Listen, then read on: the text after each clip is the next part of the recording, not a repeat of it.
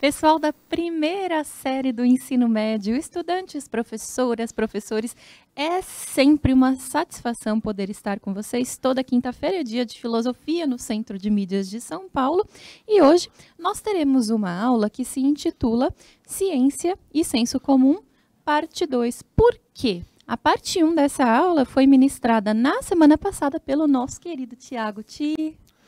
Boa Olá, tarde. tudo bem, Mafê? E aí, pessoal, beleza? Então, vou pedir para os deuses aqui da ciência e da filosofia para que eu dê uma boa aula, porque é um assunto bastante extenso, vocês vão ver que tem bastante coisa para eu falar. E também para que eles me ajudem a passar os slides, né? Então, se tiver algum problema, vocês já sabem. Vamos ver se, ó, epa, consegui. Então, Mas a humanidade está à disposição, tá, tia? Eu vou ficar aqui pertinho do passador de slides. não, mas eu vou pra tentar ajudar. eu sozinho, eu sei que eu vou conseguir, né? Bom, pessoal, e também ficar mais parado aqui, né? Bom, pessoal, é o seguinte, gente, esse assunto, como a Mafê falou, ele começou na aula passada e nessa aula eu vou falar do que exatamente? Eu vou falar principalmente da ciência e também de como que a ciência, a compreensão sobre a ciência por parte dos filósofos, ela mudou ao longo desses séculos todos, né? Então, gente, vamos lá, vamos começar agora a atividade de passar os slides aqui. Ok. Bom, gente, então eu vou ler para vocês, né? Ciência e senso comum. A opinião científica difere do senso comum pelo motivo de envolver pesquisas e investigações desenvolvidas por métodos e orientadas por teorias, as quais são submetidas por uma comunidade. As provas quanto à lógica e à coerência interna. Já o senso comum se baseia em tradições, hábitos e preconceito. Bom, na verdade, essa definição aí, ela vem da aula passada, né? E eu só estou retomando para contextualizar, para colocar vocês a par do que eu vou abordar nessa aula de hoje, tá certo? Então, gente, eu tenho muitas coisas para falar, como eu falei para vocês. Vamos para o próximo. Aliás, aqui, então, uma definição do que é teoria científica. Trata-se de um sistema que articula de forma coerente e lógica uma série de proposições, enunciados e conceitos com a finalidade de explicar um conjunto de fenômenos e em uma determinada área do conhecimento. Tá bom, pessoal? Então é o seguinte, gente, falando agora de concepções de ciência, né? Eu posso dizer que duas coisas podem caracterizar bem a ciência, né? Uma delas é a teoria e a outra é o método. Então eu vou falar um pouquinho do que é a teoria e do que é o método para vocês. Teoria é uma palavra que tem a sua raiz latina e também grega e tem a ver com o sentido da visão. Então, quando nós falamos de teoria, o que nós falamos também é do sentido da contemplação, né? Então, Aristóteles mesmo, ele fez uma divisão entre os conhecimentos teóricos e os conhecimentos práticos. Os conhecimentos teóricos teriam mais a ver com o quê? Com esse conhecimento que é das coisas imutáveis, de coisas que não são produzidas pelos homens, por coisas que existem independentemente da ação humana. Enquanto o conhecimento prático, que se divide em praxis e técnica, ele teria a ver justamente com os fatos e as ações humanas. Sendo que a praxis, né, esse conhecimento que tem a ver... A ação da praxis tem a ver, então, com a seguinte frase, né? O homem é aquilo que ele faz. Já a técnica teria a ver com a ideia de que os objetos produzidos pela ação humana, eles são separados os meios e os fins, né? Então, quer dizer, um objeto produzido pela ação humana, ele é diferente de quem o produz, tá certo? Então, essas são as ideias básicas que nós vamos abordar aqui na aula sobre ciência e senso comum, né? Nós falamos bastante do senso comum na aula passada. E a ciência, então, quer dizer, ela tem a questão da teoria, assim como existe teoria filosófica, existe teoria sociológica, existe teoria na história. Mas a compreensão da teoria na ciência, ela tem a ver com o que mais especificamente? Tem a ver com o fato de um protocolo que permite experimentações, observações e correções de dados, né? Então, quando nós estamos falando de teoria científica, nós estamos falando do que mesmo? De hipóteses. nós estamos falando de experimentos, nós estamos falando de observação. Então, isso é muito importante, essa ênfase que eu estou falando para vocês, porque é isso que distingue, por exemplo, o conhecimento científico de outros conhecimentos do senso comum, que também podem ser conhecidos com uma palavra de origem grega também, que é doxa, né? Então, o doxa é aquele saber que não é um saber que tem a ver com a experiência, com a experimentação, com a observação, com a regularidade. Então, Mafê, você tem alguma coisa para falar com a gente? Você trouxe aqui para a gente, né, Tia, assim, no âmbito dessa aula, que vai tratar, então, das aproximações e distanciamentos, né, entre ciência e senso comum. Você cita para a gente alguns métodos, né, então você traz para a gente observação, experiência, né, que são muito característicos do proceder científico. E já tinham cantado a bola aqui para a gente no chat, Ti, então trazendo assim, né, a ciência que precisa de um objeto de estudo, de uma metodologia sistematizada, precisa de um objeto, precisa do observar, do empirismo, né? Então, já tinham cantado essa bola aqui no chat, Tia, a respeito desse proceder propriamente científico, né? Obrigado, Mafê, sempre me ajudando aqui, e obrigado pela colaboração aí dos outros professores da rede, né? Também sou um professor da rede, estou aqui provisoriamente. Mas, enfim, vocês têm toda a razão. Então, quando nós falamos de ciência, de teoria, nós estamos falando de um conhecimento que é um conhecimento que organiza os dados, que produz conceitos, que sistematiza esses dados e que faz com que as experiências possam ser repetidas a partir da observação e por meio da observação e esses resultados replicados, né? Então, realmente é um tipo de conhecimento muito específico e que também é muito útil nos dias atuais, como vocês podem imaginar, né? Então, eu vou passar o próximo slide aqui. Vamos ver se eu vou para frente agora. Consegui ir para frente. Na tradição histórica do pensamento europeu, da antiguidade à contemporaneidade, surgiram diferentes concepções de ciência, algumas das quais podem ser caracterizadas como racionalista, empirista e construtivista. Então, acho que é interessante falar um pouquinho disso com vocês, porque essas perspectivas, elas têm, então, toda uma tradição, né? Essa perspectiva que é a racionalista, ela tem a ver com uma tradição de Platão, como vocês puderam ver no slide. E se estendeu até o século XVII, mas o que ela enfatiza? Bom, ela enfatiza justamente esse caráter da teoria, né? De que a teoria, aliás, esse conhecimento teórico, ele se impõe à experiência. Então, o saber, né, o conhecimento científico, no caso, ele representaria a verdade, como também na concepção empirista, né? Ele é uma representação da verdade, mas a verdade desse conhecimento científico, desse conhecimento teórico, ela se impõe à experiência. Então, a experiência ela teria a função de comprovar ou não a teoria, né? Então, se tivesse alguma coisa errada com a experiência, a culpa era da experiência e não da teoria. É basicamente isso. Então, a precedência é da teoria sobre os dados da observação. Agora, a outra tradição que é empirista e que tem mais a ver, então, com Aristóteles, e que quem quiser ver, né, na aula que eu vou dar para a segunda série do ensino médio, eu vou falar sobre o empirismo e sobre a sistematização do conhecimento dessa tradição que é o empirismo com John Locke, que é no século XVII. Mas essa é uma tradição que perdurou até mais tempo, né? Foi até o século XIX. É importante ressaltar, né, apenas que as tradições empirista e racionalista, elas coincidiram, né?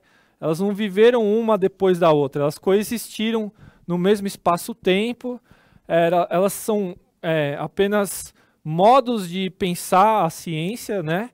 E que tem todo um pensamento, uma tradição, uma escola, se você preferir, que vai estar ao lado de uma ou de outra. Então, por exemplo, a tradição racionalista, uma figura emblemática dessa escola é Galileu Galilei. Uma figura emblemática da escola empirista, né, seria então, entre os cientistas, o Robert Boyle, que viveu também no século XVII, que foi amigo conhecido pelo menos do John Locke, né? E que eles se influenciaram mutuamente. O John Locke, esse filósofo que eu falei, que eu vou falar um pouco do empirismo na aula para a segunda série do ensino médio. Então, se a tradição racionalista, essa tradição que vai pôr ênfase na questão da teoria, de que esse conhecimento, a razão, ela se impõe à experiência, a tradição empirista ela vai fazer diferente, aliás, o contrário. Justamente a ênfase é na observação, é na experiência. Então, a teoria, ela apenas teria a função de comprovar a experiência. Então, se você quiser pensar de uma forma mais simples, para a tradição racionalista, a teoria, a experiência comprova ou não a teoria, né? A teoria tem precedência sobre a experiência. E na tradição empirista, ela é o inverso, né? Então, a teoria ela é comprovada ou não pela experiência, tá bom? Então, a tradição construtivista, que é essa mais contemporânea, ela diz respeito ao quê? A uma espécie de tentativa de conciliar essas duas concepções que são tão diferentes, né?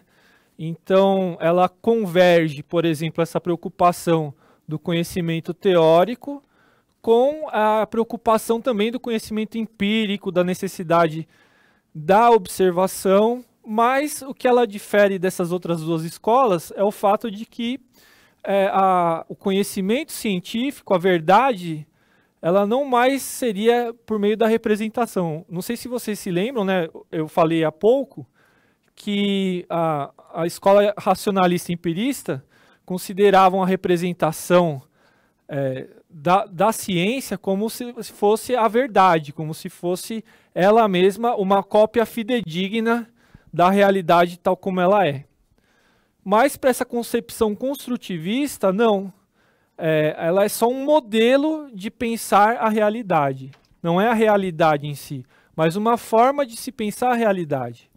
E tudo isso que eu falei para vocês tem a ver, então, com o material didático que eu tenho falado sucessivamente nas aulas, que é Iniciação à Ciência, da Marilena Chauí. Então, se vocês quiserem saber de onde eu tirei essas referências todas que eu acabei de dizer para vocês, foi desse livro, tá certo? Então, agora eu vou aqui para o próximo slide. Bom, aqui então eu vou só passar rapidamente, porque isso eu já falei de alguma forma. O conhecimento se baseia no pressuposto da representação intelectual universal. Então, essa é a ideia justamente da concepção racionalista, que eu comentei há pouco. Além disso, é matemático, porque a realidade é essencialmente matemática. Está aí uma outra questão importante da concepção racionalista. A realidade ela é matemática, assim como a razão representa essa realidade matematicamente. Então, a própria constituição da realidade ela se baseia em princípios matemáticos, tal como a nossa razão.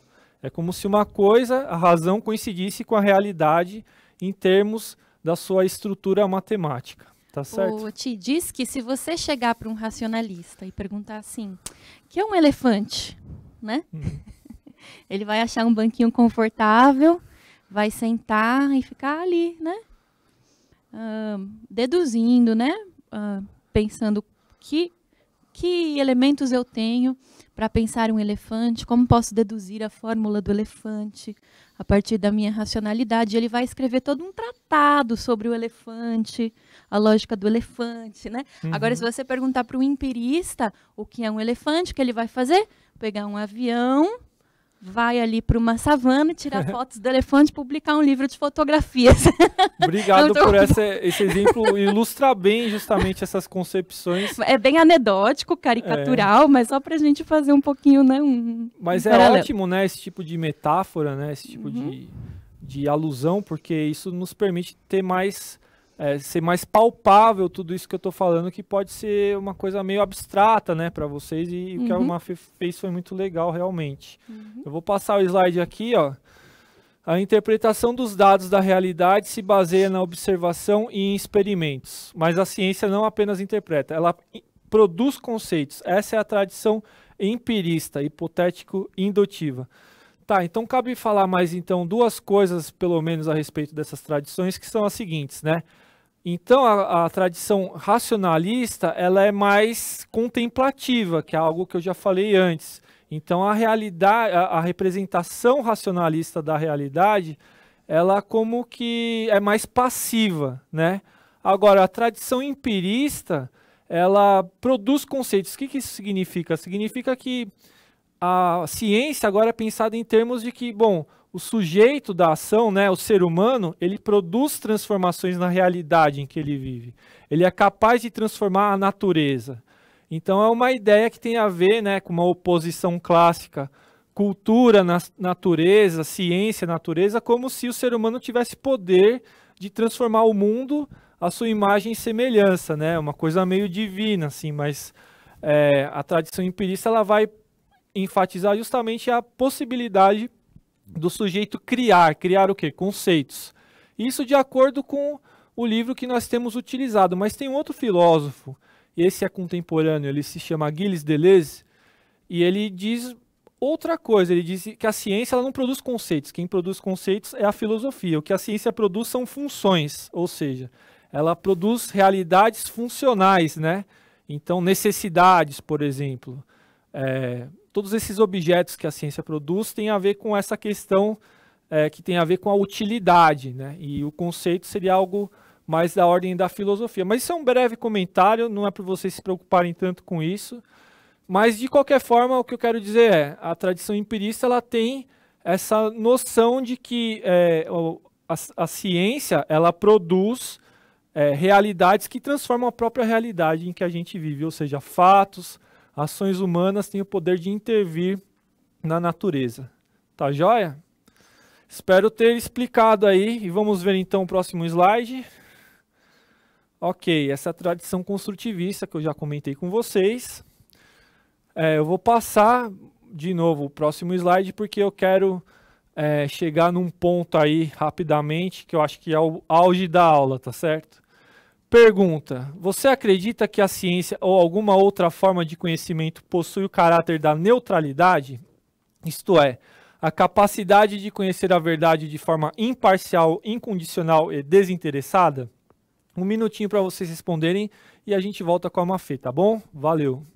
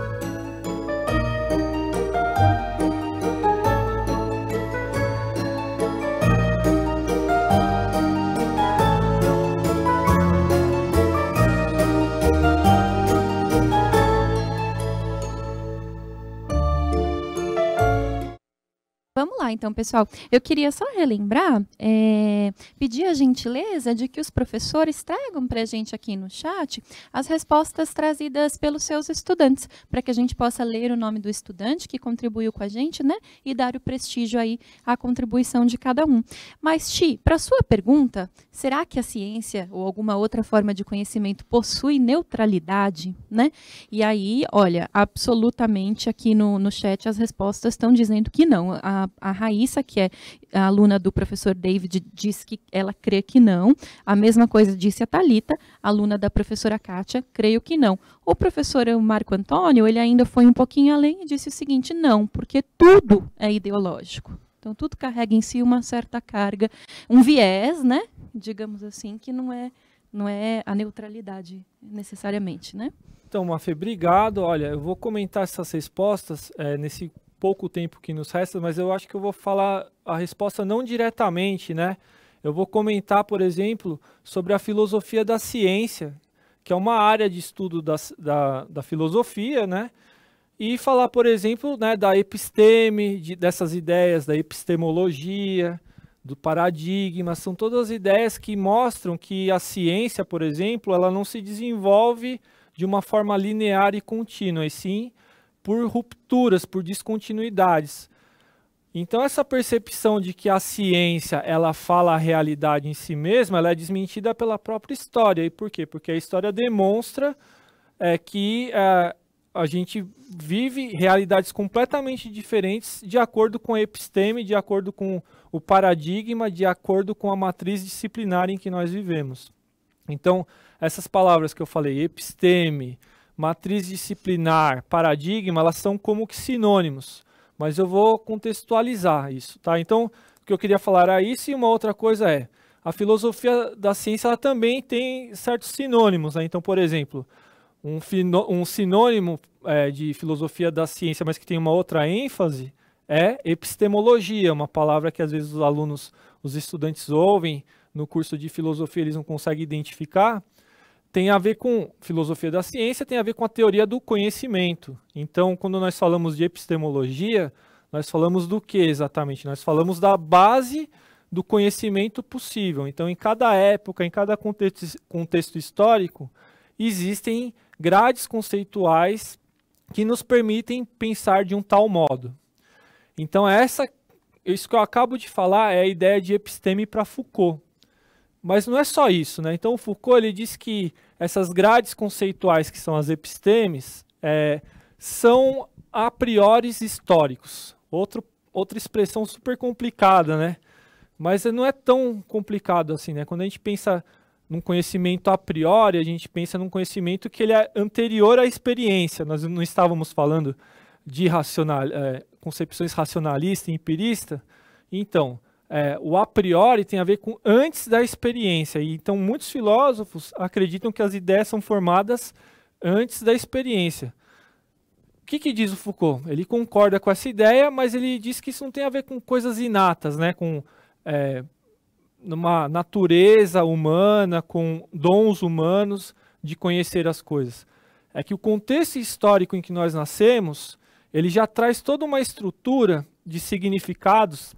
Ele é uma formação discursiva a partir da qual nós conseguimos constituir a nossa representação ou o nosso saber sobre as coisas. Então, é muito interessante essa ideia de episteme, por quê? Porque a episteme nos faz pensar que os paradigmas, as bases do conhecimento, elas mudam de época em época, de contexto para contexto. E isso tem muito a ver com o filósofo da ciência que eu queria comentar, nesse pouco tempo que nos resta também, que é o Thomas Kuhn, que é um grande filósofo da ciência. Ele nasceu em 1922, morreu em 1996, e ele introduz a ideia de paradigma, né? Paradigma da ciência.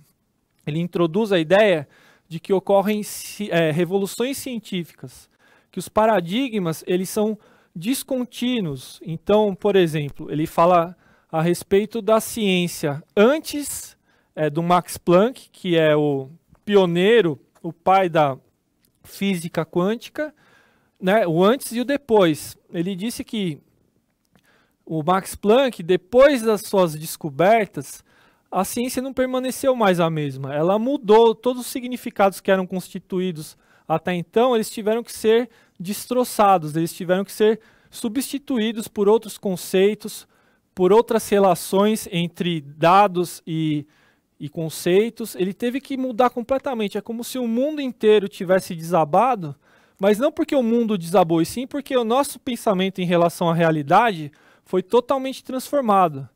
Isso tem a ver com a episteme que eu estava falando. Se a episteme muda, o nosso conhecimento do mundo muda e nós vivemos uma nova realidade. Eu gostaria muito de falar muito mais sobre o Thomas Kuhn, mas o tempo ele está acabando, então eu vou deixar aqui o meu abraço a todos vocês e me despedir, né? Deixar a bola com a Mafê e um grande abraço, né? A gente te agradece muito, Ti. Muito obrigada pelo nosso encontro de hoje. Na próxima quinta-feira a gente está juntos de novo, nós dois, todos os estudantes, professoras, professores. E não deixem de avaliar o nosso encontro de hoje. Em breve a gente se vê. Um beijão a todos.